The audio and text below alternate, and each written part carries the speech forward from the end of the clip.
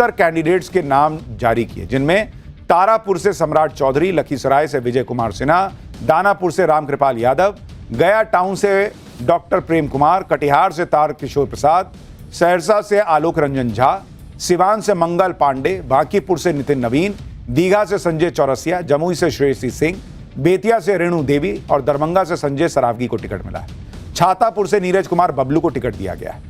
BJP की पहली list में जो चौंकाने वाली बात है वो ये है कि प्रशांत किशोर के आरोपों की परवाह न करते हुए डिप्टी सीएम सम्राट चौधरी को टिकट दिया गया। दूसरी चौंकाने वाली बात कि विधानसभा अध्यक्ष नंद किशोर यादव का टिकट कट गया है। बीजेपी ने अपनी पहली लिस्ट में कुल 9 मौजूदा विधायकों के टिकट काटे हैं। पूर्व सांसद रामकृपाल यादव को बीजेपी ने दानापुर से टिकट दिया है। बिहार बीजेपी के कई बड़े नेताओं को फिर से बीजेपी ने रिपीट किया है। पूर्व डिप्टी सीएम रेणु देवी और तारकिशोर प्रसाद को भी टिकट मिला है।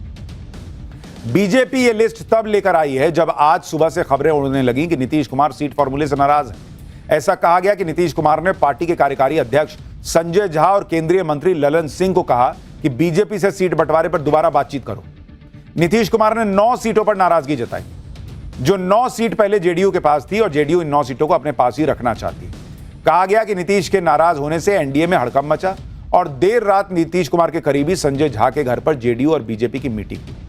इसके बाद कहा गया कि नीतीश कुमार बीजेपी के नेताओं से मिलेंगे। हालांकि नीतीश कुमार की नाराजगी की खबर जैसे ही आई, बीजेपी और जेडीयू दोनों के नेता सामने आ गए और कह दिया कि एनडीए में सब कुछ ठीक है।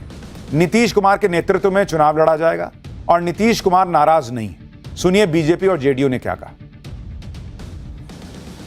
नीतीश जी के नेतृत्व में, आदरणीय प्रधानमंत्री जी के नेतृत्व में पूरा एनडीए एकजुट है और लगातार बैठक का दौर चल रहा है। अंतिम दौर में है। बैठकों के माध्यम से सीटों पर संख्या हम लोगों ने क्लियर कर दिया है।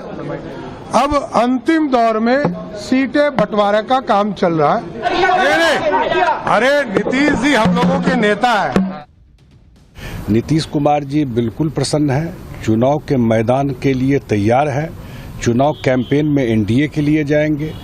एक एक चीज पे खुद उनकी नजर है। सारे लोगों से वो खुद बात कर रहे हैं। नीतीश के नाराज होने की खबरों ने हर तरफ हड़कंप मचा दिया, लेकिन एनडीए की ताकत देखी कि जैसे ही ये खबर आई, एनडीए के सारे नेता खुलकर आ गए। कहने लगे कि हम साथ साथ। एचएएम के नेता जीतन राम मांझी नारा लगाने लगे, जय मोदी तय नीतीश। मांझी ने कहा कि उनकी पार्टी को कम सीटें मिली, लेकिन इसका मतलब ये नहीं कि बिहार को जंगल राज की ओर धकेले। चिराग पासवान ने कह दिया कि एनडीए में अच्छी बातचीत करके सीट संख्या तय हो चुकी है। कौन पार्टी किस सीट पर लड़ेगी इस पर चर्चा हो रही है। मोदी नीतीश के नेतृत्व में एनडीए एकजुट है। एनडीए में सीट शेयरिंग होने और बीजेपी की पहली लिस्ट आने के बाद से एनडीए के खेमे में तो जश्न का माहौल है, लेकिन महागठबंधन के खेमे का हाल यह है कि वहां पर हंगामा मचा हुआ है। महागठबंधन में सीट शेयरिंग से पहले ही आरजेडी ने अपने कैंडिडेट्स को टिकट सिंबल देना शुरू कर दिया। इस पर भी खूब बवाल मच गया। लालू यादव ने कल बुलाकर कई कैंडिडेट्स को टिकट सिंबल दिया था, जिसमें मटिहानी से बोगो सिंह को टिकट दिया गया, संदेश से दीपू सिंह को टिकट दिया गया, मनेर से भाई वीरेंद्र को टिकट दिया गया, मसौड़ी से रेखा पासवान को टिकट दे दिया गया, परबत्ता से डॉक्टर संजीव सिंह को सिंबल मिला। लेकिन लालू यादव के सिंबल देने पर देर रात बवाल मच गया। लालू यादव ने जिन उम्मीदवारों को सिंबल बांटा था, कहा जा रहा कि तेजस्वी यादव ने देर रात उन सभी उम्मीदवारों को राबड़ी आवास पर बुलाया और सबको फटकार लगाई और सबकी परेड कराकर सिंबल वापस लेने की धमकी दे दी, क्योंकि इन उम्मीदवारों ने सिंबल लेकर फोटो सोशल मीडिया पर डाल दी। ये महागठबंधन को फंसाने वाली बात थी, क्योंकि महागठबंधन से सीट शेयरिंग फाइनल ही नहीं हुई है और आरजेडी पहले ही अपने सिंबल बांट रही है। एक्सपोज हो गया। आरजेडी के सिंबल बांटने को लेकर मचे इस बवाल के बीच बीजेपी ने तेजस्वी यादव पर निशाना साधा। कहा कि उत्तर प्रदेश में जैसे अखिलेश यादव ने अपने पिता को जलील किया था, ठीक उसी तरह तेजस्वी यादव भी अपने पिता को पार्टी की व्यवस्था से दूर कर रहे हैं। बड़े भाई को पार्टी से निकाल दिया, बहनों से मनमुटाव है। आखिर कौन है इस पारिवारिक कलह का सूत्रधार, बीजेपी पूछ रही है। महागठबंधन दूर, यहां तो परिवार ही नहीं संभल रहा है। आरजेडी में सिंबल वाले विवाद के बीच जेडीयू ने भी अपने 5 कैंडिडेट्स को टिकट दे दिया है। 5 कैंडिडेट्स को सीएम आवास बुलाकर सिंबल दिया गया। इसमें मंत्री सुनील कुमार, रत्नेश सदा, अनंत सिंह जैसे नाम थे। बाहुबली अनंत सिंह ने तो मोकामा से नामांकन भी कर दिया। जेडीयू ने अनंत सिंह को मोकामा से कैंडिडेट बनाया। एनडीए में कौन किस सीट पर लड़ेगा, इससे पहले ही बाहुबली अनंत सिंह ने जेडीयू से अपना नामांकन भर भी दिया। और पाठशाला में अब अगली क्लास। गोल्ड 1.5 लाख पहुंचने वाला, चांदी 2 लाख के करीब, लेकिन कीमत क्रैश होने का कितना डर है, इसकी सच्चाई क्या आज आपको बताऊं। इधर सोने की कीमत रिकॉर्ड बढ़ी, उधर नकली सोना बेचने वाला गैंग एक्टिव हो गया। आप कैसे बचेंगे? गोल्ड पर अगर खरीदारी करने जा रहे हैं तो ये चैप्टर जरूर देख लीजिए बॉस। जो लोग मार्केट में पैसा लगाते हैं और जिन्हें सोने चांदी में इंटरेस्ट नहीं होता, उन्हें आज अफसोस जरूर हो रहा हो कि भाई सोने चांदी में पैसा क्यों नहीं लगाया, क्योंकि सोने चांदी के रेट ने तो सबको फेल कर रखा है। भाई आंधी चल रही है, रोज नए रिकॉर्ड टूट जा रहे हैं। सोने की कीमत कम होना तो छोड़िए, नई नई तेजी रोज आ जाती है। सोने के रेट 1,30,000 रुपए प्रति 10 ग्राम चले गए बॉस। चांदी का रेट 1,80,000 रुपए प्रति किलो चला गया है। एक महीने के अंदर सोने के रेट करीब 17,000 रुपए बढ़ चुके हैं। एक महीने के अंदर सिल्वर का रेट करीब करीब 60,000 रुपए बढ़ा है। और अभी तो लोग कह रहे हैं कि सोना 1.5 लाख के पार जाएगा।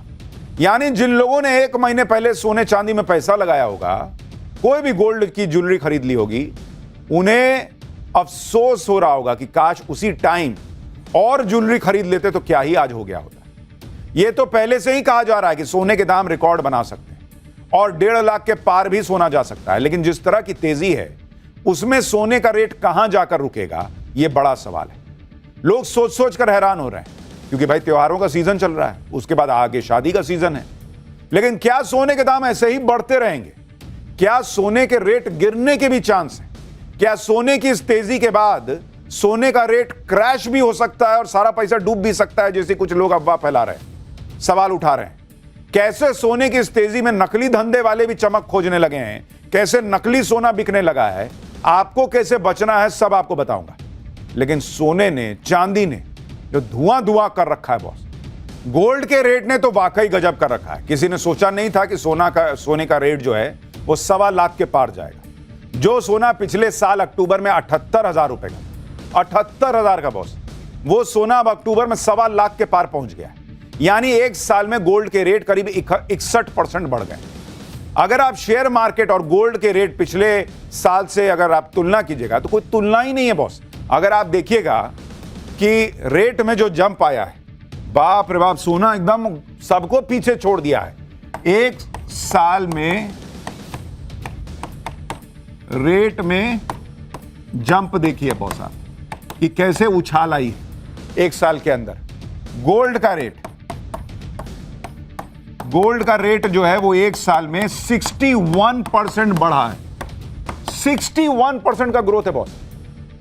सेंसेक्स, जिन्होंने शेयर में पैसा लगाया था, अगर आप सेंसेक्स को देखिएगा पिछले एक साल में इतना ऊपर नीचे हुआ कि 0.1% का ग्रोथ है। हालांकि सेंसेक्स भी बहुत ऊपर गया हुआ है, लेकिन इतना ही है क्योंकि वो भी एक लिमिट तक पहुंच रहा है। और जो निफ्टी 50 है, निफ्टी 50 अगर आप उसको देखिएगा वो भी 0.1% से कम है। तो सोने के सामने तो कोई टिक ही नहीं रहा भाई। गोल्ड ने मार्केट को फेल कर रखा है और गोल्ड को फेल कर दिया है सिल्वर ने, यानी चांदी ने। चांदी ने तो भाई गदर ही काट दिया कि सोने की चमक भी आपको फीकी लगने लगी। चांदी का हाल यह हो रखा है कि चांदी की इतनी डिमांड है मार्केट में कि चांदी की किल्लत हो गई है। 1 किलो तो छोड़िए, 1 ग्राम चांदी पाने के लिए मारामारी हो गई है। कई लोग फिजिकली सोना चांदी ना खरीदकर गोल्ड सिल्वर ETF खरीदते हैं, जो म्यूचुअल फंड की तरह होता है और जिन्हें शेयर मार्केट में खरीदा बेचा जा सकता है।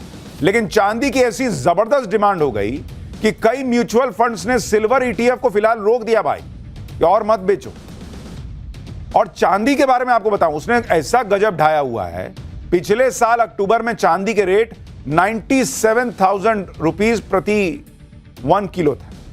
इस साल अक्टूबर में 1,85,000 रुपए प्रति किलो के पार चला गया चांदी। यानी चांदी की कीमत में 91% की बढ़त हुई है, ऑलमोस्ट डबल ही मान लीजिए। इसलिए लोग चांदी के पीछे भाग रहे हैं।